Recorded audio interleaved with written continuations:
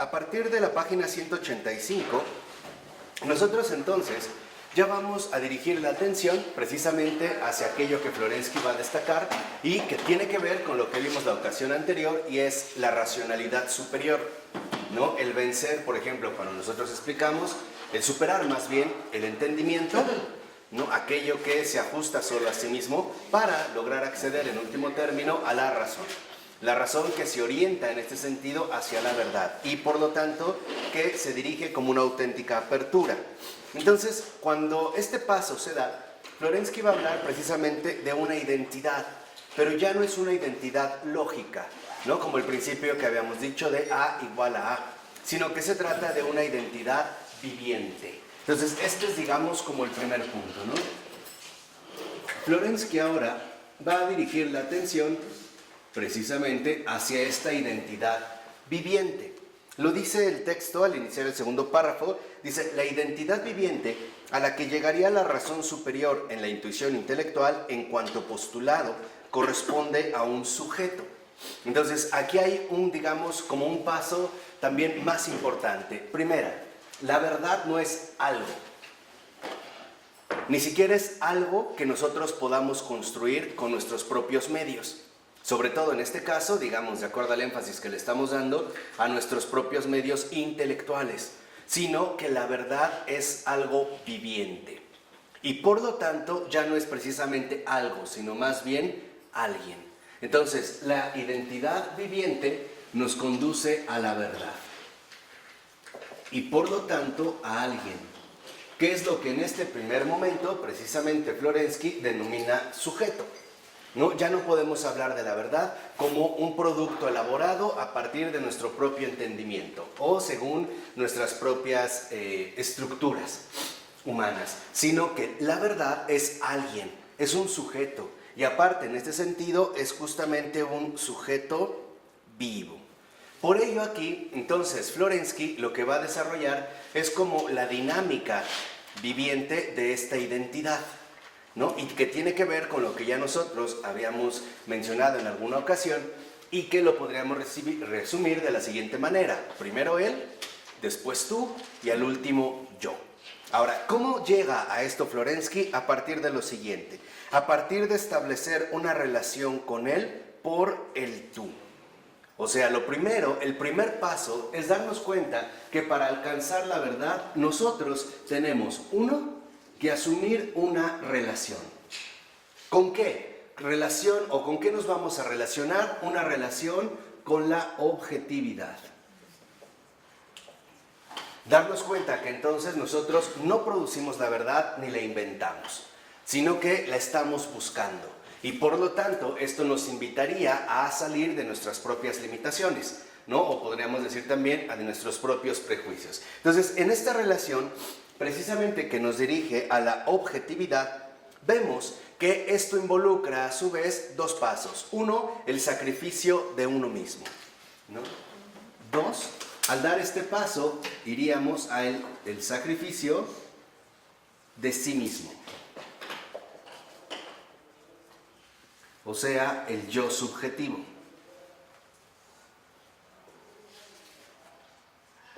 Es decir, nuestro propio entendimiento. Entonces, y este es como un paso muy importante, para poder conocer la verdad, debemos estar dispuestos a aceptarla. Aquí podríamos decir que, de alguna manera fundamental, la verdad tiene que ver entonces con la aceptación que nosotros estamos dispuestos a llevar a cabo. Nadie puede, por ejemplo, dirigirse a la verdad si es que no está dispuesto a aceptarla. Entonces, esto involucra que se sacrifica el sí mismo, o sea, el yo subjetivo, nuestras propias condiciones de entendimiento. Y esto es algo primordial, porque si no, muchas veces nos vamos a quedar atorados o enfrascados en nuestras propias limitaciones pensantes, ¿no? Entonces, cuando nosotros realmente decidimos dirigirnos a la verdad, es porque estamos decididos a aceptar algo mayor. Algo que quizá yo ni siquiera hubiera pensado o que, de cierta manera, me costaría, por ejemplo, mucho trabajo poder aceptar, ¿no? Y aún más quizá todavía poder asumir. Y esto conduce que entonces este sacrificio se convertirá en una autonegación.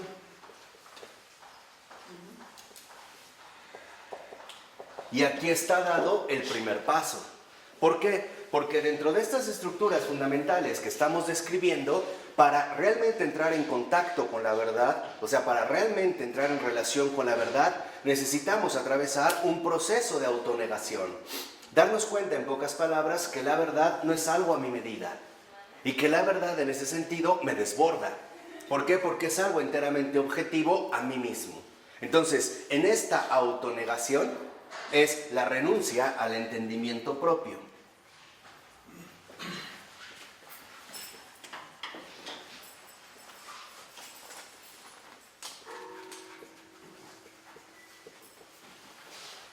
A nuestras propias bases intelectualmente ya establecidas, ya dadas, cómodas, sugerentes, aceptables, etc.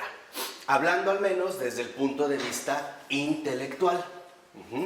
Entonces, es como, por ejemplo, aquellas personas que sostienen, que en realidad era la base central de las herejías, el no dar este paso a la autonegación, afirmar que Jesús no podía ser verdadero Dios. O al revés, aceptar que sí era Dios, pero no verdadero hombre. ¿Por qué? Porque no es lógico, o sea, no me checa.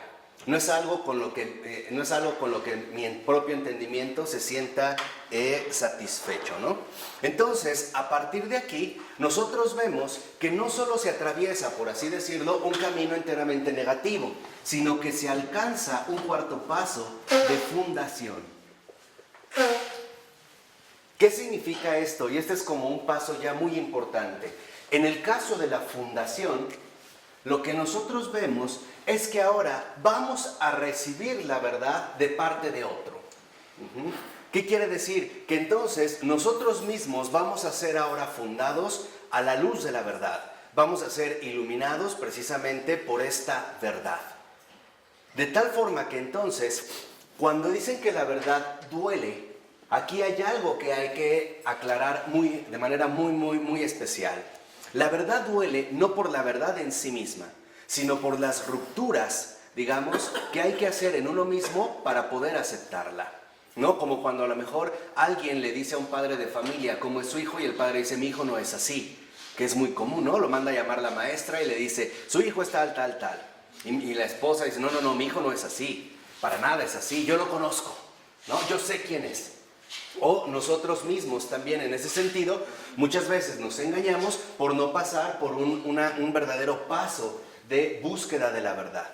Entonces, aquí la fundación significa que ahora nosotros recibimos la verdad de parte de otro. Fundación es recibir la verdad por parte de otro.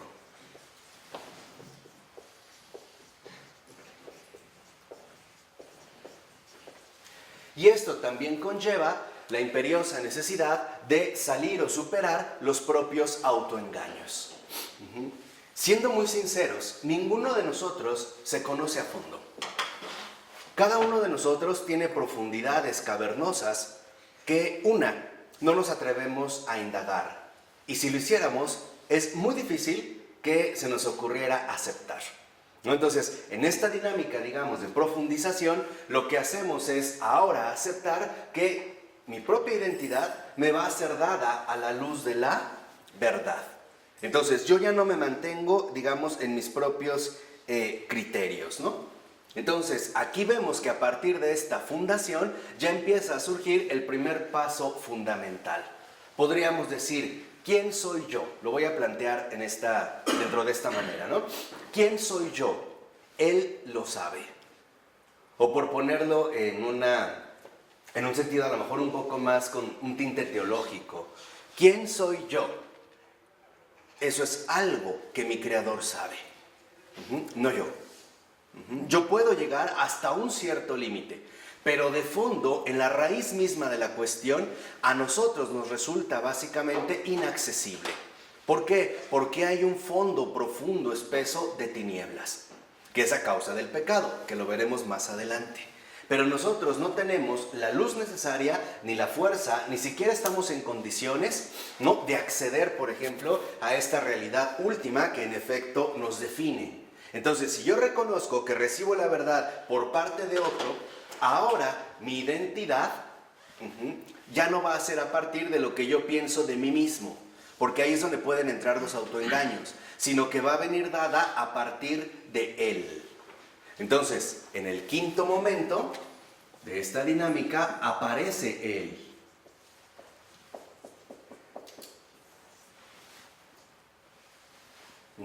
Pero aparece él por medio del tú.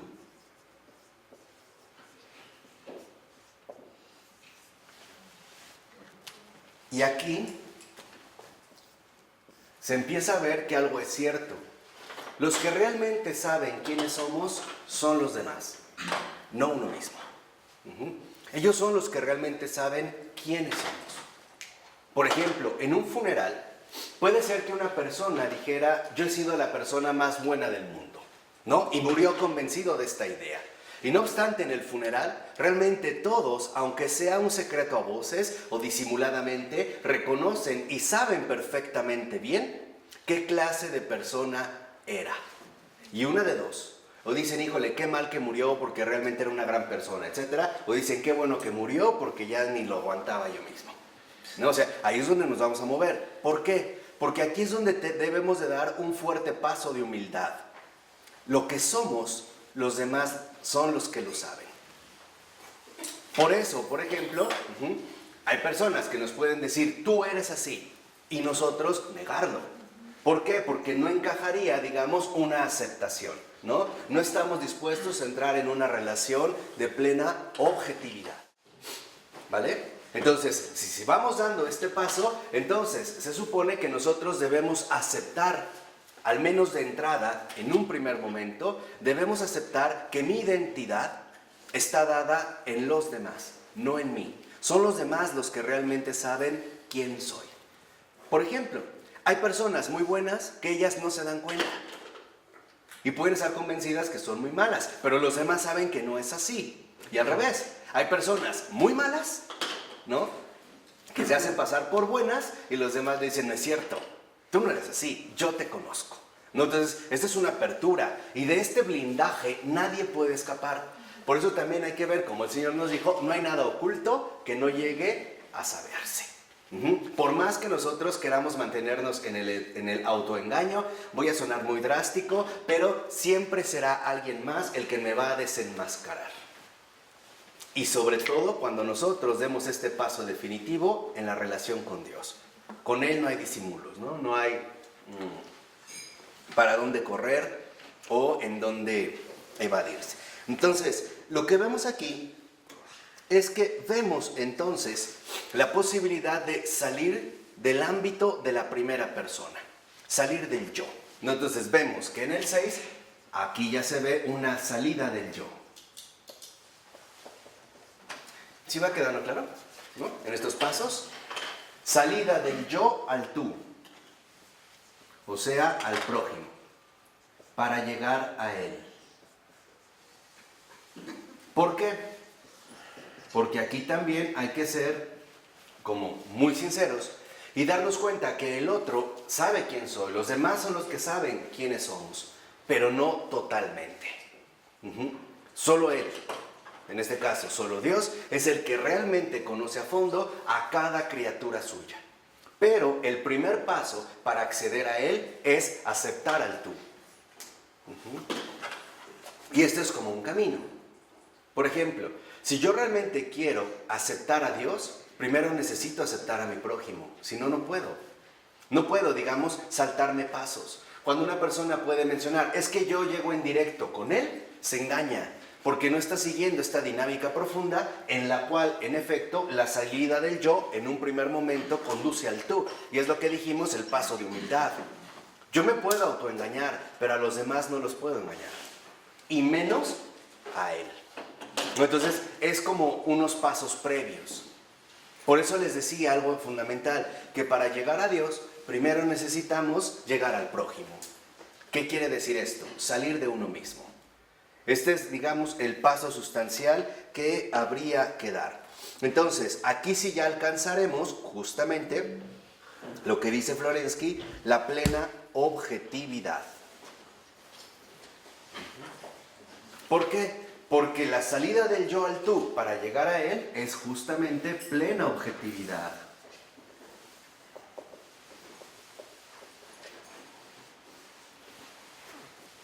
Y aquí es donde nosotros deberíamos de reconocer algunos aspectos. Por ejemplo, nosotros ciertamente somos ciegos para nosotros mismos. Hay dimensiones que en primer lugar no alcanzamos a ver, a apreciar. Pero también hay dimensiones que no queremos observar, ¿no? En ese sentido, podríamos decir, todos somos bastante astutos y bastante mañosos, ¿no? Nosotros mismos, de acuerdo a nuestro propio entendimiento, nos vamos a dar una cara falsa de lo que realmente somos. Estoy hablando a fondo, ¿no? En el fondo de lo que somos. Entonces tendemos mucho al autoengaño.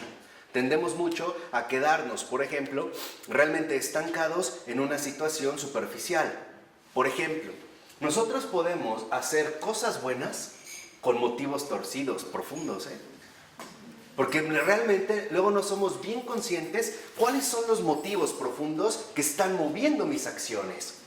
Puede ser que incluso yo considere que es un motivo bueno. Por ejemplo, manifestarle mi amor a otra persona a través de una relación sexual. Pero quizá el motivo profundo sea egoísmo, sea obtener lo que yo deseo, ¿no? Sea autosatisfacerme a mí. ¿A través de qué? De pintar la cosa muy bonita, ¿no? O a través de plantear las cosas de manera como muy aceptable. O hay personas que dicen tener cambios en su vida únicamente para obtener ciertos requisitos, ¿no? O ciertas primicias que buscan. Pero en realidad esto no puede mantenerse. ¿Por qué? Porque es mantener una careta, ¿no? Y como decía Nietzsche, a pesar de que nosotros nos pongamos demasiadas máscaras, siempre alguien nos va a desenmascarar. Y ese alguien va a ser un tú. Y este tú va a ser el primer paso que nos lleve a tomar conciencia de lo que él me está diciendo. De lo que él en este sentido, por ejemplo, quiere que yo me dé cuenta. Vamos a suponer, una persona puede decir, yo no soy envidioso o envidiosa. Ok, pero a partir de un tú, de que otra persona adquiere algo, tiene algo, en mí algo se despierta. Algo se ha despertado.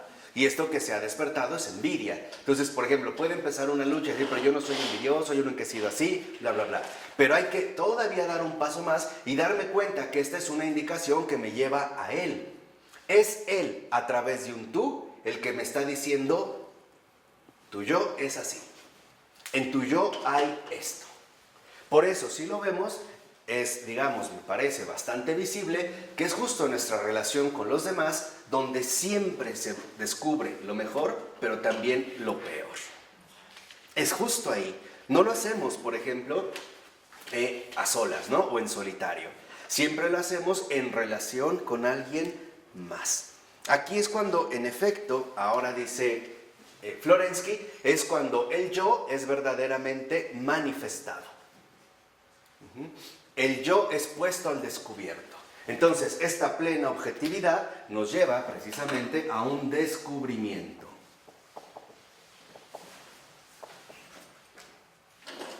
Descubre aquellas capas gruesas que intentaban ocultar precisamente nuestra realidad sustancial, ¿no? Nuestra intimidad fundamental. Lo más íntimo precisamente de nosotros mismos. Entonces, aquí es cuando nosotros podemos darnos cuenta cómo en gran medida y la mayor parte de veces no somos conscientes de los motivos profundos, reales, auténticos, genuinos que están moviendo nuestras acciones, nuestro modo de proceder. Pero sí podemos tener signos de la torcedura, ¿no? Del desorden de estos motivos, la incoherencia en los actos. Las cosas no checan, no checan.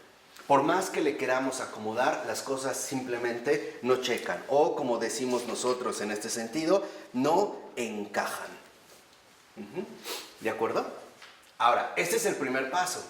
Dice Florensky, por ejemplo, en la 186, en el tercer renglón. La verdad es la contemplación de sí por medio del otro en un tercero. No lo está, digamos, como exponiendo de manera esquemática. La verdad es la contemplación de sí, de uno mismo, por medio de otro en un tercero. Dicho de otra manera, la contemplación de la verdad es el reconocimiento de lo que soy por medio de alguien más, ¿no? Por medio de otro en él. Entonces, esto lleva a Florensky a darse cuenta entonces que cuando hablamos de identidad viviente, vemos una dinámica trinitaria. O sea, la identidad viviente posee una dinámica trinitaria.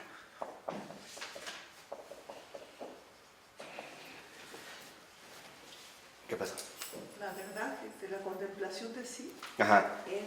Por medio de otro, en un tercero. ¿No? La verdad es la contemplación de sí por medio de otro, en un tercero. ¿Qué quiere decir? Que la verdad nunca nos es directamente accesible a nosotros en solitario. Necesitamos siempre la posibilidad de salir, ¿no? Necesitamos siempre nosotros de alguien más. De tal manera que entonces es aquí donde Florensky descubre que de raíz lo que se está manifestando es la Trinidad misma. Entonces va a decir, ¿quién es la verdad? La Trinidad. El Padre, el Hijo y el Espíritu Santo. Entonces, este alguien, esta verdad, alguien es la Trinidad.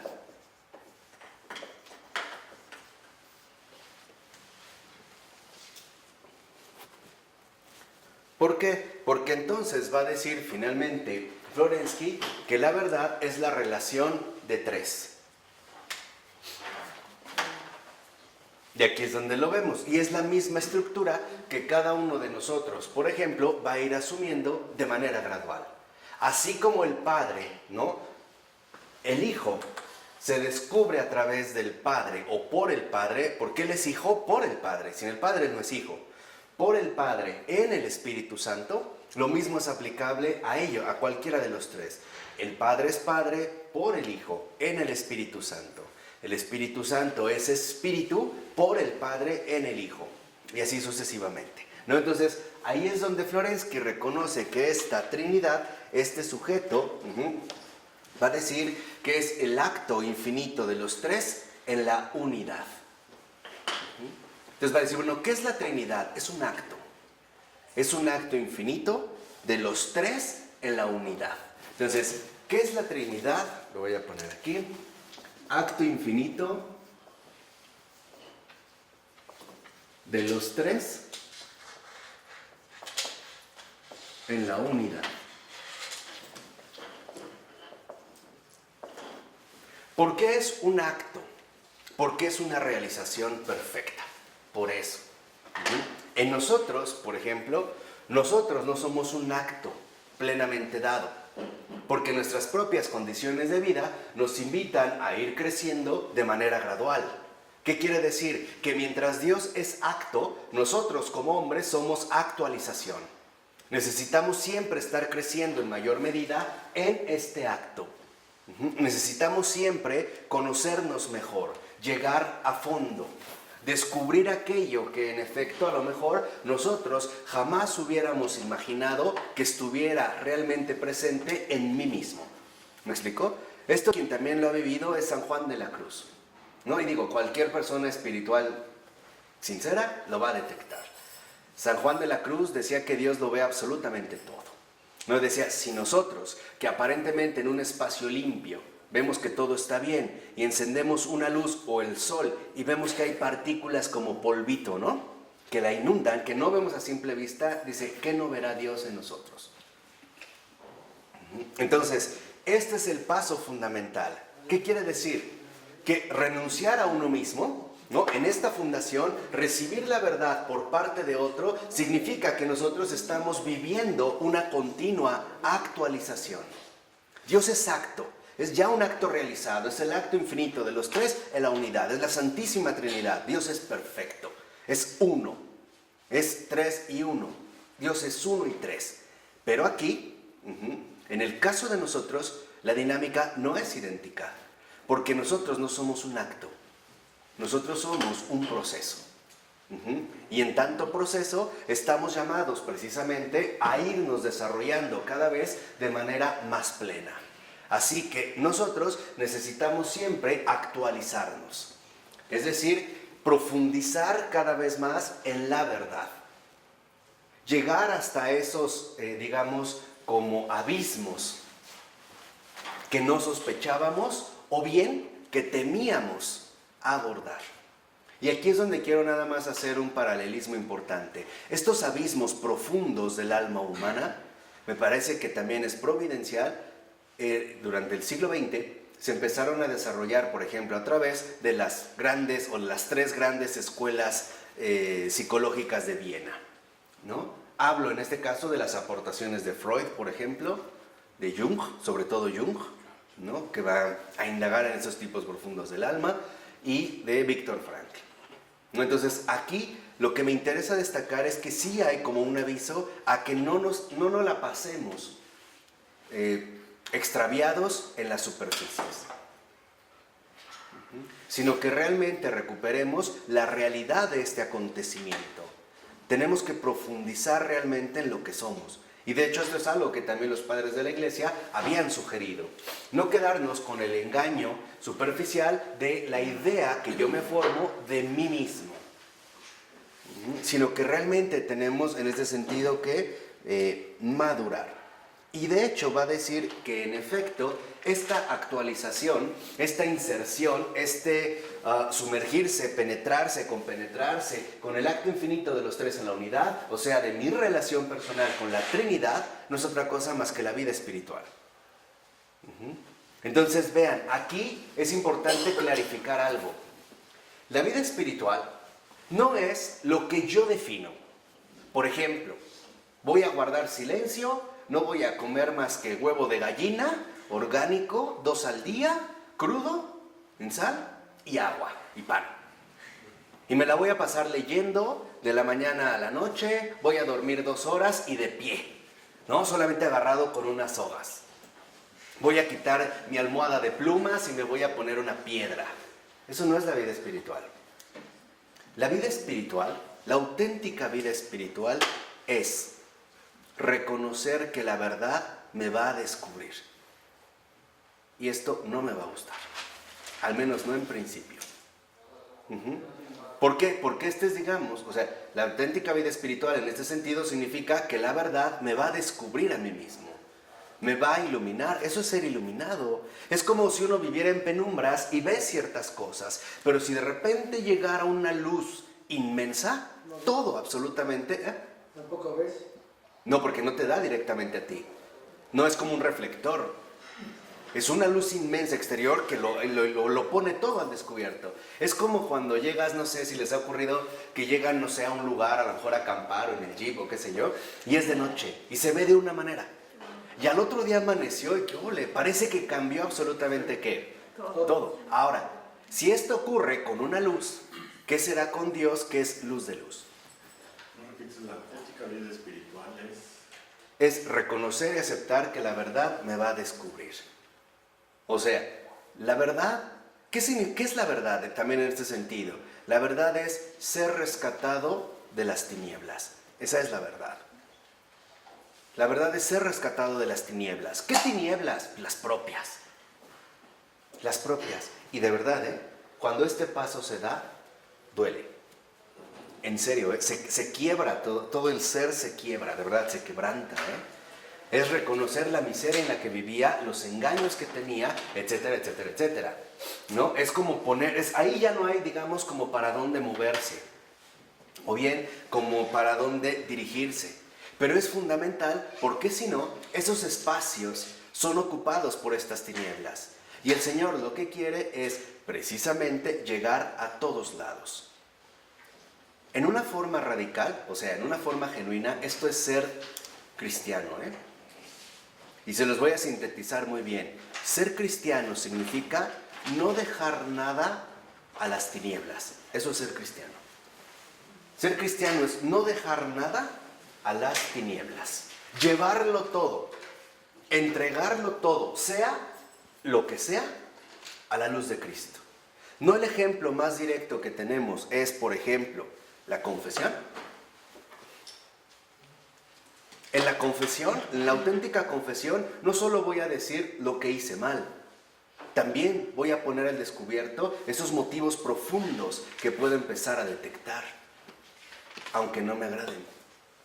o aunque me sean vergonzosos. Aunque realmente me sean muy vergonzosos. No importa. ¿Por qué? Porque si no, entonces es seguir manteniéndose en el propio autoengaño. No, entonces lo que vemos es que este acto infinito de los tres en la unidad es el descubrimiento. A partir de este acto infinito de los tres en la unidad, o sea, a partir de él, sé quién soy yo.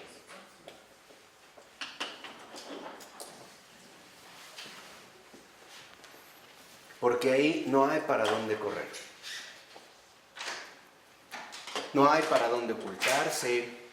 Porque acuérdense, en este sentido, Dios es precisamente luz de luz. Y aquí entonces Florensky nos va a mostrar de manera muy clara que esto ya es acceder a ese misterio. Y por lo tanto, a la fe. Uno solo puede encontrar la verdad a través de la fe. O sea, a través de seguir esta dinámica que nosotros precisamente hemos ido, ¿no?, como describiendo paso a paso. ¿Por qué? Porque lo que está de por medio es la identidad viviente. Y aquí es precisamente a donde nosotros debemos de llegar. Entonces, esto significa que nosotros nos debemos exponer como una exposición, ¿no? Debemos de sacar todo aquello que está presente en nosotros, sea lo que sea, porque es justo de eso de lo que el Señor nos ha venido a rescatar. O sea, entiendan que el cristianismo es la más tremenda revolución ontológica que se haya vivido. Dios no juega en las superficies, Dios se va realmente a lo profundo y ahí es donde se producen los verdaderos milagros. Donde se empieza a experimentar la profunda resurrección que el Señor nos ha traído. El paso de la muerte a la vida, el paso de las tinieblas a la luz, del extravío a la filiación, del infierno al cielo. Entonces, esto es algo que en efecto nosotros hoy en día al parecer hemos perdido de vista. Y por eso Florensky también lo está insistiendo demasiado. Porque ser cristiano no tiene que ver con lo que hacemos. Esto es de verdad bastante secundario. No hay un criterio fijo, por ejemplo, para un cristiano. Hay cristianos que les conviene, por ejemplo, no comer carne, pero hay cristianos que les conviene comer carne. Hay cristianos que pueden decir, me privo del chocolate, pero hay cristianos que necesitan comer este chocolate. O sea, no es en lo exterior, eso es lo que les estoy diciendo. Donde está la médula profunda del cristianismo. Podemos hacer un montón de cosas, sí.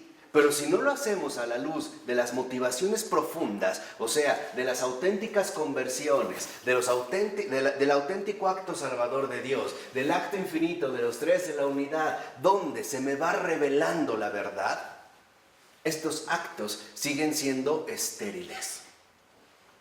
Por ello podemos ver que en efecto, y esto es algo que mencionarlo, en gran medida el cristianismo cayó en la superficialidad. Por eso nos hemos vuelto tan estériles. Nos podemos juntar 1000 y no convertir un corazón. Y decirle y hablarle y recitarle cosas y darle palabras, pero son solo eso, palabras. ¿Por qué? Porque no podemos olvidar que el cristianismo es una experiencia.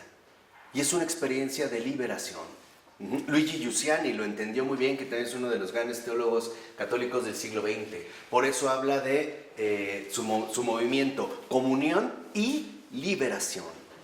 Comunión con Dios, para liberarnos ¿de qué? De nosotros mismos. Comunión con la verdad, para liberarnos de la falsedad, de los errores, de los engaños, etcétera, etcétera, etcétera. Entonces, lo que hoy en día nosotros necesitamos transmitir es lo que Dios nos ha hecho ser, no lo que hacemos. Un cristiano no es cristiano por lo que hace, es cristiano por lo que Dios ha hecho en él y porque esta persona se lo ha permitido. Porque Dios no obra en automático ni violenta a nadie. Dios se toma muy en serio en ese sentido nuestra libertad. Entonces aquí es donde vemos que en efecto la fe, ¿no? A partir de él sé quién soy yo. Y entonces ya ingresé al ámbito auténtico de la fe. Aquí sí vemos cómo se trata de un ejercicio real. ¿Qué es en este sentido la fe? Ya sabemos que por su etimología, claro, es fidelidad a Dios. Sí, pero lo que debemos entender es que en realidad, no, la fe como tal es una experiencia vivificante. Y hasta ahí es donde debemos de recuperarla.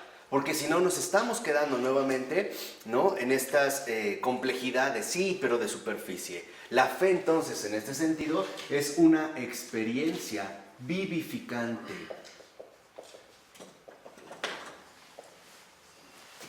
La fe, por ejemplo, involucra que a la luz que se nos ha dado a partir de Él, empiezo a trabajar en todas mis debilidades, en todas aquellas imperfecciones que necesito ir corrigiendo de manera gradual. Por ejemplo, detectar los pensamientos negativos que me llevan a estados emocionales de tristeza. Es ir trabajando de ello de manera constante. ¿Por qué? Porque Cristo se vive en carne propia. O ya, por de una vez ponerlo a los altos vuelos de la mística. ¿Qué es el cristianismo? El cristianismo es la realización personal del misterio de la encarnación. Eso es el cristianismo. El cristianismo es encarnación, no es adoctrinamiento, es acontecimiento. Es acontecimiento de encarnación. Es una renovación total de todo lo que somos. Comenzando precisamente por lo más profundo, ¿no?, por lo más interno. Esto lleva entonces, como dice Florensky, a una superación de las meras leyes del entendimiento. ¿Para qué? Para ingresar al ámbito fundamental de lo sobrenatural. ¿Y qué es realmente lo sobrenatural? La intervención de Dios en la tierra. Eso es lo sobrenatural. Entonces, esta experiencia vivificante ciertamente es sobrenatural. No es algo que se va a hacer a través, por ejemplo, de estrategias humanamente diseñadas, psicológicas, emocionales, afectivas, no. Ahí pues encontramos el fracaso de este fraude de los Pare de Sufrir, o el Club de los Optimistas. De los Pare de Sufrir. Pare de sufrir. Entonces, no, lo que vemos es que esta experiencia vivificante es algo sobrenatural, porque la fe es, como les dije, la intervención sobrenatural de Dios en mi vida. O por ponerlo en términos más drásticos, el hombre de fe es el que deja que Dios haga lo que quiera, tanto en mí como a través de mí, e incluso lo que no tiene que ver conmigo. Por eso el Señor decía, bienaventurado el que no se escandalice de mí. ¿Entendemos ahora por qué? Por eso es que el Evangelio se ha vuelto de cierta manera un libro y no una vida. Bienaventurado el que no se escandalice de mí. El que literalmente no reconozca que en efecto yo traigo planes de redención, planes sobrenaturales, y que no me muevo precisamente como hoy en día en efecto una mera cuestión superficial. Entonces, a lo que se nos invita es a que nos demos cuenta que la fe, en tanto experiencia vivificante sobrenatural, es justo la fuente real de la identidad viviente, que nos muestra a Dios mismo y, al mismo tiempo, nos va descubriendo a nosotros en todos los ámbitos en los cuales, en efecto, hemos nosotros como ido desarrollando nuestra propia experiencia vital. ¿Sí quedó claro lo que dije? Sí. ¿No? Entonces, por eso, por ejemplo, San Ignacio de Antioquía, que a mí me parece que es como el que da el gran resumen de la experiencia cristiana, decía, más vale callar y ser que hablar y no ser. Así de sencillo. ¿Por qué? Porque nosotros nos podemos mover de manera a veces muy fácil o muy hábil en el ámbito discursivo. Pero cuando lo que decimos no está conectado con lo que somos, no tiene efecto. Por eso hoy muchos predican estérilmente, porque no dicen más que discursos. Son palabras al aire, palabras vanas, ¿no? Lo único que hacen es endulzar el oído, pero no hay repercusiones profundas en el corazón del hombre. Cuando, en efecto, lo que decimos concuerda perfectamente bien con lo que somos, entonces lo que damos es testimonio, no habladurías. Ahí, por ejemplo, por mencionar un caso, la conversión de San Juan de Dios. Lo hace a partir de escuchar a San Juan de Ávila, dando un sermón, predicando en su predicación de algo, él nota lo que lo ha tocado. ¿Por qué? Porque en efecto, para San Juan de Ávila, y esto también es algo importante de mencionar, lo que nosotros vivimos tiene que ser, digamos, la raíz profunda de lo que decimos. ¿Me explico? ¿O no? Grábense esto de verdad. Más vale callar y ser que hablar y no ser. Porque aquí sí se aplica esta medida, digamos, legal. Todo lo que digas será aplicado en tu contra. Y el Señor nos lo advirtió, ¿eh? Todo lo que digas será aplicado en tu contra. A partir de ahorita tienes derecho a guardar silencio. Por ello no es casual que en efecto en la oración lo que predomina es el silencio, no la palabrería o no el discurso. Y este silencio o esta atmósfera de silencio nos lleva precisamente a ingresar en una atmósfera de presencia divina o de presencia con Dios.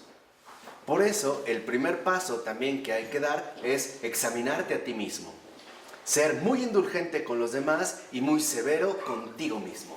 Y no al revés, como nosotros tendemos a hacer. Para la mayoría de nosotros son los demás los que me hacen la vida imposible. O los que me han hecho tan infeliz. Cuando en realidad la respuesta siempre ha estado en nosotros. Ahí, por decirlo, es donde están dados precisamente estos desórdenes. Entonces, Es en lo concreto. sí, claro. ¿Por qué? Porque el cristianismo, en esta, digamos, acontecimiento fundacional de la encarnación, siempre se va a referir a una situación concreta.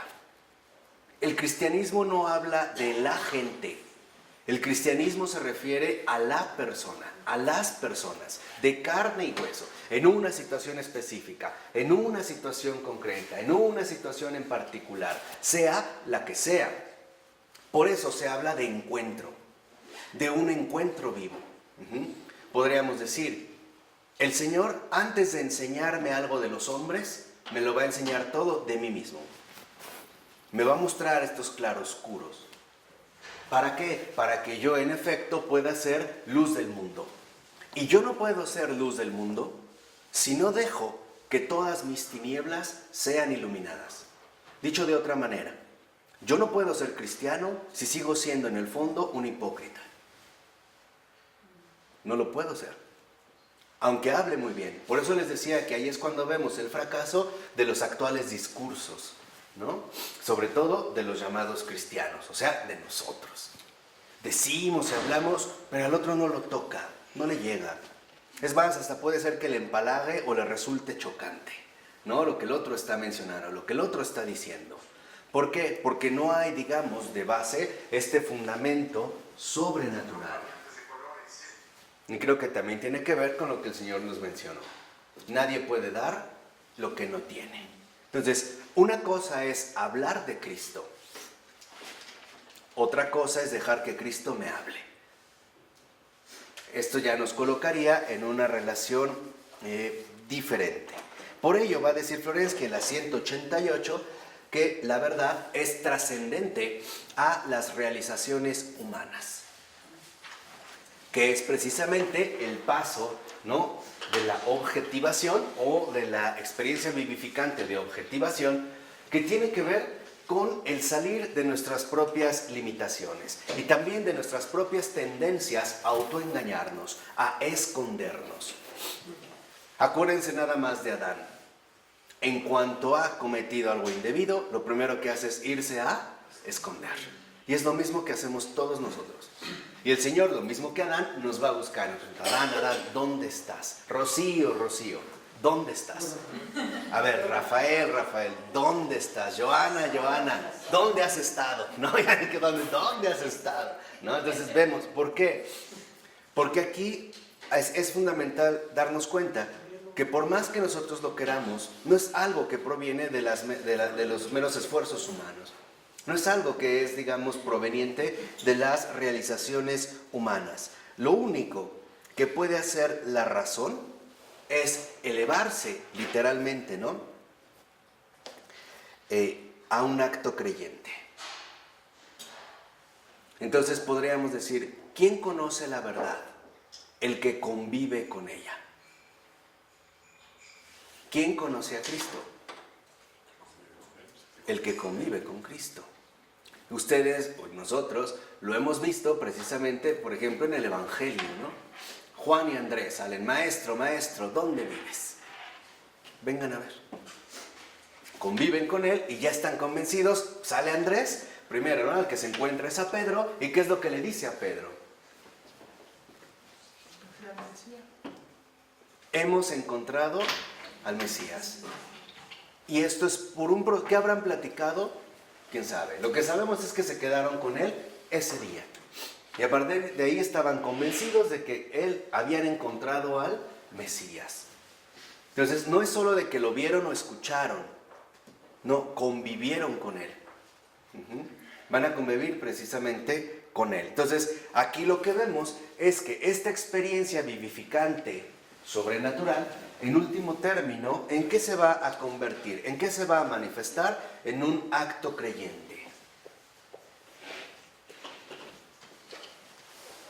Y el acto creyente es justamente una relación viva de actualización.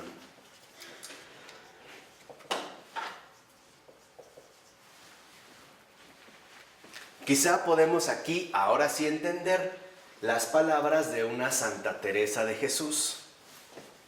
Cuando Santa Teresa de Jesús le dice, ahora entiendo por qué tienes tan pocos amigos, no le está hablando únicamente por las condiciones externas de la vida, las dificultades de la vida, sino que nos está hablando de que en su acto creyente, en esta relación viva de actualización, o sea, en este descubrimiento a la luz del acto infinito de los tres en la unidad, vemos que el Señor siempre está mejorando el alma humana. Siempre, siempre. Y no deja pasar absolutamente ¿qué? Nada. ¿Por qué? Porque la meta es la santidad. Y en la santidad no hay cabida para otra cosa. Ahí es donde empezamos a notar estas exigencias, ¿no? Exigencias, por ejemplo, de cambio de actitudes, cambio de convicciones, de posturas, de creencias, etcétera, etcétera, etcétera, interiores. Entonces, aquí es donde empezamos a notar lo que realmente significa un acto creyente. Entonces, las religiones que niegan la santidad, ¿cuál es su meta? Nosotros, católicos, nuestra meta es la santidad. ¿Cuál es el meta de que cuando no hay santidad? ¿Qué meta hay? La única meta es tratar de alcanzar la plenitud o lo máximo de la realidad humana aquí en la tierra, ¿no? Entonces, aquí precisamente lo que vemos es que estamos llamados entonces a vivir o experimentar en carne propia la intervención divina, ¿no? Dijimos, a este nivel profundo ontológico, no meramente superficial, porque Dios no es un mero código moral que se va a limitar al cambio exterior o superficial de las conductas, ¿no? Así como si nada más fuera, por ejemplo, por encima, arreglar las cosas, ¿no? Ya, pórtate bien. No, a Dios no le interesa que nos portemos bien, le interesa que seamos como Él, que seamos buenos como Él. Entonces, esta es la base, o sea, este sería como el primer paso. Por ello, entonces, Florensky va a insistir que entonces, hablando numéricamente, hay un sujeto de la verdad, no tres. Un sujeto, no tres, ¿no? O sea, veríamos como este paralelismo de que el sujeto de la verdad es el yo divino. O sea, el acto infinito de los tres en la unidad. O sea, la Trinidad misma. O, por ponerlo a lo mejor en términos más tajantes, y creo que es como muy, muy cierto, el único que puede decir y ser yo es Dios. Ninguno de nosotros. Cuando cualquier criatura humana dice yo, no tiene impacto. Porque este yo muchas veces ni siquiera está unificado. Está más bien como desvinculado destrozado, disperso en un montón de fragmentos que nada más alcanzamos como a reintegrar poco a poco, ¿no? Y muy poco. Por eso cuando pregunto, ¿quién soy yo? No tengo una respuesta. Entonces es un yo que siempre necesita de Dios para ser yo. Claro. Sin Dios no es un yo. No, no es un yo. Exactamente. No encuentra la respuesta. No la hay. ¿Qué es? Se quedaría a la deriva. Entonces, ¿qué es? Algo. ¿Sí? Incompleto. Es un yo incompleto. Ujú. ¿Por qué? Porque aquí es lo que una vez yo también les había comentado. Nosotros, debido a varias circunstancias que hemos comentado, ya estamos más bien como inclinados o sumergidos en el ego. El ego es el individualismo, es el sí mismo, la seidad. Cuando el Señor nos pide seguirle, lo que nos está pidiendo es que renunciemos a este ego para que podamos ser yos, pero yos como Él. No según, por ejemplo, nuestra propia concepción. Aquí es donde viene uno de los graves errores modernos. Cuando a partir del siglo XVII se empieza a hablar, por ejemplo, desde la filosofía de un yo o del yo, se supone que era como la parte más elevada, ¿no?, de la manifestación humana. O sea, sería como la cumbre. Y aquí lo único que hicieron es que ese no es el yo. Ese es el ego pero estirado, inflado. ¿Por qué? Porque el yo, el auténtico yo, cuando un humano es un yo, es porque ha renunciado a sí mismo. Eso es ser un yo. Y eso es lo que el Señor quiere, que aprendamos a decir como Él, yo soy, con una gran diferencia. El Señor, y se lo dijo a Moisés, ¿quién me manda? Yo soy el que soy. Lo que nosotros estamos llamados a decir es, yo soy por Él. Esta es la diferencia, pero sí hay un yo. Y por ejemplo, ahorita que mencionaba lo del falso yo, tenemos que ver que ser yo es igual a trascender el ego. Eso es ser yo. Hoy, por nuestra irresponsabilidad verbal, por nuestra ligereza verbal, utilizamos las palabras sin ningún tipo ya de respeto y no considerando su peso, como decía de la carne, ¿no? La carne es lo primordial en un ser humano, lo que realmente da nuestra esencia, y hablamos de carne de pollo, carne de res, carne hasta de puerco, ¿no? Lo que quieran. Lo mismo con el yo. Nosotros estamos llamados a trascender el ego. Esto significa que dentro de esta trascendencia nosotros empezaremos a pasar del ego al auténtico ¿qué? Ser yo. Porque solo puedo ser yo en tanto me refiera a Él. Por ejemplo, ser yo como Él.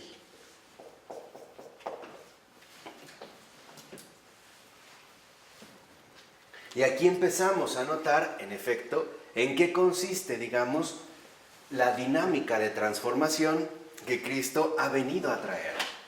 Cuando ahora soy yo como Él, me doy cuenta que en efecto, al decir yo, es porque he trascendido al ego.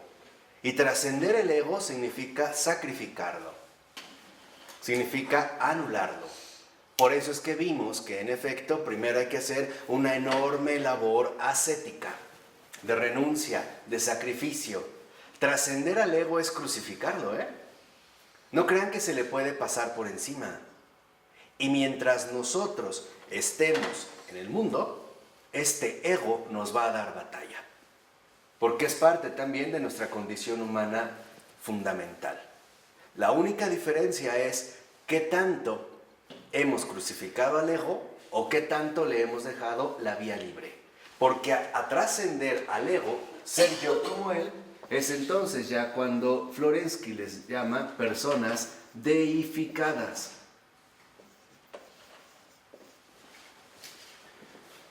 Aquí podemos darnos cuenta que entonces las personas deificadas tienen algunas características principales. La primera, libres, fíjense, libres de egoísmo. Libres del egoísmo significa que han sido crucificadas.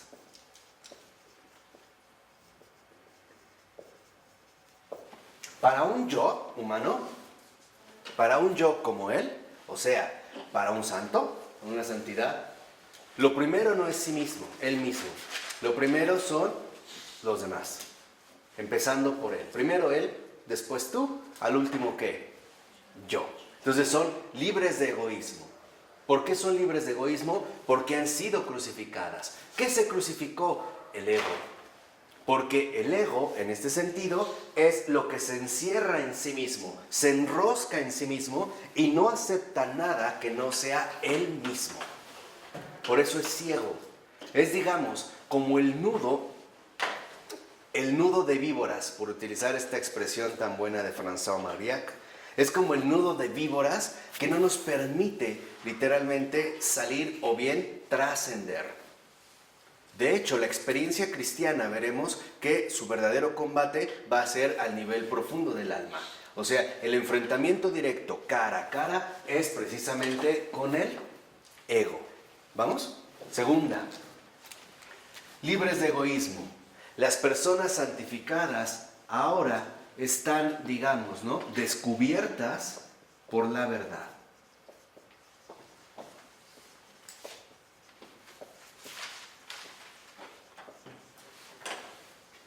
O sea, han sido crucificadas, sí, pero al mismo tiempo, al ser descubiertas por la verdad, también ahora son resucitadas.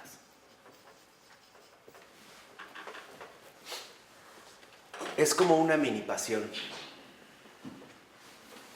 En cada aspecto arraigado, en cada uno precisamente de los aspectos que en nuestra vida se han ido dando. Esto es un poco lo que mencionaba precisamente Rafa como el falso yo, que el padre Keating, ¿no?, lo ha estado como describiendo a lo largo de sus obras. Ahora podríamos preguntarnos, ¿qué es lo que realmente el Señor va a quebrar? ¿Qué es lo que va a descubrir y lo va a anular? Lo va literalmente a destruir. El falso yo. El falso yo no es más que el ego, que quiere que todo finalmente se limite a sí mismo. Y es como un imperio. Y está tan arraigado en nosotros, que de verdad es sumamente difícil poderlo crucificar. Al menos poco a poco, ¿no? Poder irlo superando, aunque sea poco a poco. Porque es algo que en nosotros se ha instalado como una segunda piel. Y la confianza en él, ¿no? Sería otra. ¿Cuál? O sea, es el libro del miedo, o sea, esa confianza plena. Si no tienes esa confianza plena de que vas a todo porque vas con él, no puedes estar edificado. O sea, eso sí es algo... Bueno, hablábamos aquí, digamos, como al nivel ontológico, ¿no? Lo que sucede. Ya claro, después se darán como otros factores importantes. Pero lo que me interesa mucho es que vean que estas personas deificadas son, en efecto, los yos, que son yos como él. O sea, que no es algo que ellos han adquirido por cuenta propia. Tampoco es algo, ¿no?, que ellos han alcanzado en base precisamente a sus esfuerzos. Por ello nosotros podemos ya detectar algunos aspectos fundamentales. El ayuno por sí mismo no santifica, No, ese es el punto. El ayuno por sí mismo no santifica. ¿Sí? No es eso, No crean que ya porque yo ayune, ya me hago mejor, me santifico. No es cierto. Eso no es más que un acto exterior. El ayuno por sí mismo no santifica. Lo que realmente sí santifica es la intervención, por ejemplo, que el Señor va a hacer a través del ego, llevándola a la renuncia, no a la crucifixión, liberarnos del egoísmo y por lo tanto quedar descubiertas por la verdad. ¿Para qué? ¿Para qué? Para, ahora sí, fomentar la unidad en el servicio. Entonces la Virgen nos llama al ayuno. ¿A qué ayuno nos está llamando? No, el ayuno es renunciar a tus propias exigencias o expectativas. No es dejar de comer. Bueno, pero ahí no hay que dejar de comer. ¿Cómo hay que Eso hacerlo sí, bien? claro. ¿Cómo hay que hacerlo bien? Aceptar que, por ejemplo, estoy dispuesto a prescindir en mi vida de lo que el Señor pida. Que no necesariamente tiene que ser un alimento. ¿Qué tal una forma de expresarse? Una forma de hablar, una palabra continua, un pensamiento nocivo. Sí, pero también dejar el alimento te ayuda a crecer en esto. Claro, la misma batalla. Pero no por sí mismo. No, bueno, pero enfocado a esto. Claro, pero es lo que es el ayuno por sí mismo, como un acto ahí, no santifica. O sea, si fuera nada más de que voy a dejar de comer y ya, no. No es. Claro. Puede ser una intención. Ujú. ¿Por qué? Porque entonces fomentar la unidad es el propósito fundamental que en efecto se está persiguiendo, tal y como ahí se da. Ujú. Entonces, ¿quién es el que fomenta el proyecto de ayunar? Es que, otra vez, pensamos en el ayuno de inmediato con el alimento por nuestra cultura materialista de estos tiempos. Pero el verdadero ayuno es la privación de uno mismo. Eso es ayunar. Por ejemplo, ayunar es renunciar a mis pensamientos obsesivos con respecto a algo, sean lo que sean, dolorosos, deprimentes, tristes, o sea, todo lo que atente contra la paz de Cristo. Ese es, en este sentido, el auténtico ayuno. Escuchen, la Virgen dice ayunen, nunca ha dicho dejen de comer. Siempre dice ayuno y oración, o ayuno y penitencia, nunca dice limitación de alimentos. No, porque no estamos captando el verdadero llamado espiritual que nos está haciendo. Ayunar es privarse de uno mismo, eso es ayunar. Y hay ayunos bien fuertes. Por ejemplo, moderar la lengua es un ayuno de campeones, ¿eh? No darle rienda suelta a la lengua, ese es un ayuno de campeones. El pensamiento. Sí, pero también el ayuno de la comida, cuando está enfocado a esto, para ayudarte a luchar, para ayudarte a crecer en esto, es muy, muy bueno. Claro. Y es esencial. Pero es secundario. No, sí, pero cuando está enfocado a esto. Es como una ayuda, digamos, un recurso mayor. Sí, claro, pero es una ayuda muy Pero buena. no necesariamente. Veamos esto. Está bien enfocado. El padre Keating, voy a narrar un ejemplo mínimo. Él decía, bueno, había un joven que él, por ejemplo, se conocía antes de su conversión porque era el mayor bebedor de cerveza en la ciudad, en el pueblo, ¿no? O sea, él tomaba y tomaba y tomaba y tomaba y a todos los tiraba, menos él. O sea, un Sócrates cualquiera, ¿no? Dicen los relatos que tomaba cantidades inmensas de vino y nunca lo vieron borracho, ¿no? Entonces, bueno, él tiene una conversión e ingresa al monasterio, y especialmente a un monasterio que fuera rígido, ingresa al monasterio de los trapenses. Entonces, empieza a ver la austeridad, ¿no? Pese a lo que le cuesta, le agrada, y de repente empiezan a ver, en temporadas más austeras que ellos vivían, fuertes momentos, por ejemplo, de ayuno. Y él se da cuenta que empieza a destacar por los enormes ayunos que era capaz de realizar. Pero él reconoce que lo único que estaba haciendo era lo mismo que hacía fuera del convento, pero aquí bajo otras circunstancias. Lo que quería era ganar una competencia. Era lo mismo, nada más que afuera tomaba mucha cerveza. Aquí la motivación profunda era el reconocimiento. O sea, era orgullo. Vencer a los demás. Nada más que aquí la diferencia era vencerlos a través precisamente de no comer. Entonces, aquí es bien importante, vuelvo a insistir, que nos demos cuenta que al fomentar la unidad, se supone que nosotros estamos rompiendo a veces los meros criterios externos que podemos adoptar para seguir supuestamente un camino. Es un poco cuando alguien menciona que el hábito no hace al monje, ¿no? O sea, no por ponerme un hábito ya soy religioso, o no por traer un alzacuello soy sacerdote. Me vestiré así, pero en realidad no lo soy, porque lo fundamental es que todo esto, ¿dónde se va a ver en último término expresado? ¿Qué es lo que va a manifestar? Va a manifestar lo que somos. Es lo que somos. Esto es, digamos, lo que en efecto aquí va a empezar a ser más importante. Poder poner al descubierto por qué somos. Por ejemplo, en un ayuno, lo primero que debemos preguntarnos es, ¿por qué realmente estoy ayunando? Buscar esos motivos profundos, esos resortes que me mueven a la acción, que en gran medida pueden pasar por buenas razones, pero necesitamos reconocer cuáles serían, digamos, como las fuerzas de fondo que ahí precisamente están operando. Sobre todo porque no estamos exentos de una cultura en la cual vivimos. Y eso es lo que les he insistido hasta el cansancio. No podemos entender la vida cristiana sin conocer el mundo en el que vivimos. El cristianismo no es un acontecimiento descontextualizado. El cristianismo no es anacrónico, o sea, fuera de tiempo. No, el cristianismo asume las condiciones de vida que se van presentando en un determinado contexto. ¿Sí? Entonces, aquí cuando vemos es, ok, si yo ayuno, literalmente, es porque estoy dispuesto a privarme de algo que yo deseo. Eso es un ayuno. Por ejemplo, es muy fácil privarse del alimento porque eso es lo que deseamos, comer. Y creemos que con eso es suficiente. Pero lo que es más importante es las privaciones que yo estoy dispuesto a realizar en mí mismo. Mis deseos, por ejemplo, mis afectos, mis pensamientos, mis criterios, mis decisiones, hasta llegar al ayuno supremo, que es prescindir por completo de la voluntad propia. Cuando Jesús le dice en Getsemaní, Padre, de ser posible, aparte de mí este cáliz, pero que no sea lo que yo quiero, sino lo que tú quieres, ayunó. Eso es un ayuno. Es una privación sustancial de uno mismo. Este es un ayuno. Cuando va al desierto, vemos que también ayuna. Hace también otro ayuno, ¿no? Ahí sí, no ingiere tampoco, por ejemplo, alimentos.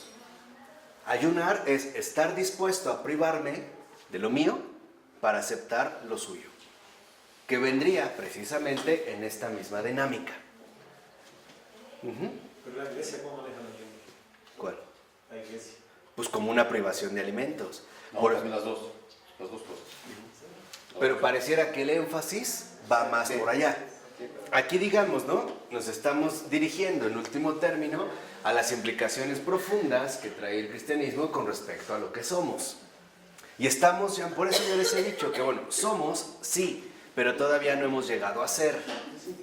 El propósito es que seamos como Él, ¿no? Recuperar la imagen y la semejanza en una manera reunificada, o sea, en coherencia auténtica. ¿Por qué? Porque si no, el desafío que hoy nosotros estamos llamados a realizar es la trascendencia del ego, la renuncia a sí mismo.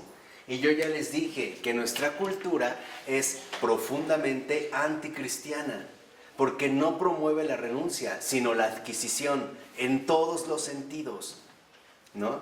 Hasta American Express te lo dice. Para todo lo demás hay American Express. Hoy, o sea, lo que en realidad se fomenta es la saturación del ego, no la anulación del ego. Es la saturación del ego. Entonces, cuando nosotros queremos, por ejemplo, ingresar sinceramente a la auténtica dinámica cristiana, necesitamos entender que nos estamos enfrentando a un mundo en particular de estos momentos, que, por decirlo así, nos complican mucho más las cosas. Porque no somos seres aislados del mundo. Aquí sí, Heidegger en sus primeros escritos todavía, a pesar de su apostasía, estaba fresco, ¿no? De la gracia que había recibido. Somos seres en el mundo y estamos encarnados en el mundo. Y también compartimos las mismas dinámicas, las fuerzas operativas que yo les he dicho, que dominan precisamente en el mundo. Si uno se va dando cuenta de estas fuerzas operativas que se dan, uno empieza a comprender muchas cosas de, por ejemplo, el por qué tanto aborto. No es por un afán criminal, no es por un afán de matar, es simple y sencillamente por no estar dispuesto a trascender mi ego.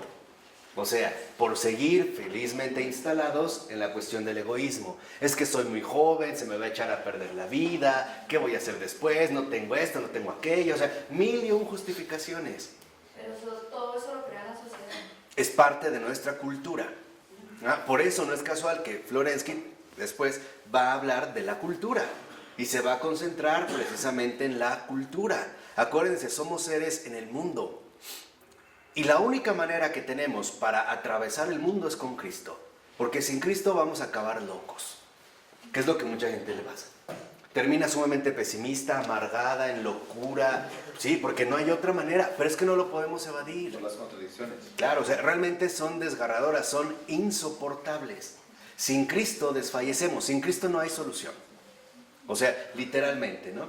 Y más cuando se han desatado hoy en día la violencia, como decía René Girard, a nivel ya planetario, ¿no? Con unas estrategias y estructuras claramente definidas. Por eso es que yo les quería dar unos cursos de René Girard, para que entiendan, digamos, lo que el Señor nos está poniendo al descubierto en estos momentos, que serían como estas bases. Pero si no se las doy, léanlo. Lean lo que puedan de René Girard. ¿Por qué? Porque es un intelectual católico contemporáneo, vivo aún, francés, que lo único que ha dicho es, bueno, yo como católico lo que voy a hacer es realizar lo que el Señor dijo, ¿no? Poner al descubierto las cosas que estaban ocultas desde la fundación del mundo. Entonces empieza a hablar, por ejemplo, de las condiciones fundamentales de la violencia, de la mímesis, el deseo mimético, las estructuras que llevan. Entonces empieza, digamos, como a describir las estructuras de la violencia que hoy en efecto están dominando y destruyendo nuestra condición humana, desde muchos frentes. Entonces lo hace apelando a la literatura, la filosofía, la antropología, la sociología, la teología, da avances, da luces fuertes. ¿Para qué? Para que veamos nosotros que en efecto lo que somos es una promesa. Y con eso es con lo que vamos a terminar en esta ocasión. Lo que somos es una promesa que solo Dios puede llevar a cumplimiento, no nosotros. Entonces, ¿qué somos? Promesa. Lo que somos, promesa. Pero esta promesa, solo Dios la puede llevar a cumplimiento. La puede y quiere llevar a cumplimiento.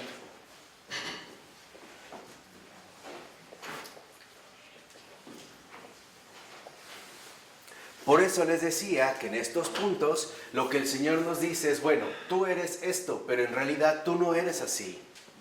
Hay algo que tú no captas y que yo sí. Tú eres promesa. Eres una promesa mía. Podemos decir, cada vez que nace un niño, Dios en efecto renueva esta promesa. Es una promesa de salvación. Y solo Él la puede y quiere llevar a cumplimiento. Cuando nosotros interferimos, entonces lo único que vemos es que todo empeora, todo se estropea. Hoy es muy raro que una persona al tener un hijo lo vea como una promesa de Dios que va a llevar a cumplimiento en el mundo, para bien de muchos y salvación de todos. Hoy lo vemos con expectativas bien pequeñas. Por ejemplo, para llenar el hueco entre la pareja de casados, para no quedarme sola, para tener a alguien a quien dejarle mi casa, para llenar las apariencias sociales, para llenar mi hueco, para darle alegría a mi esposo o a mi esposa, para llevarle los nietos a mi madre, etc. Y no vemos con esa trascendencia. Una pensión alimenticia. Por ejemplo, ¿no? Para tener a alguien a quien pagarle una pensión alimenticia, ¿no? Tener a alguien con quien recuperar mi infancia, o simple y sencillamente alguien para algo tan extraño como por fin conocer Disneylandia, ¿no? Tener el pretexto de llevar a mis hijos, o sea, pura tontería. Menos concentrarnos literalmente en lo esencial. Y es esto justo lo que no podemos perder de vista, ¿de acuerdo? Bueno, vamos a dejarle hasta aquí. En nombre del Padre, del Hijo y del Espíritu Santo.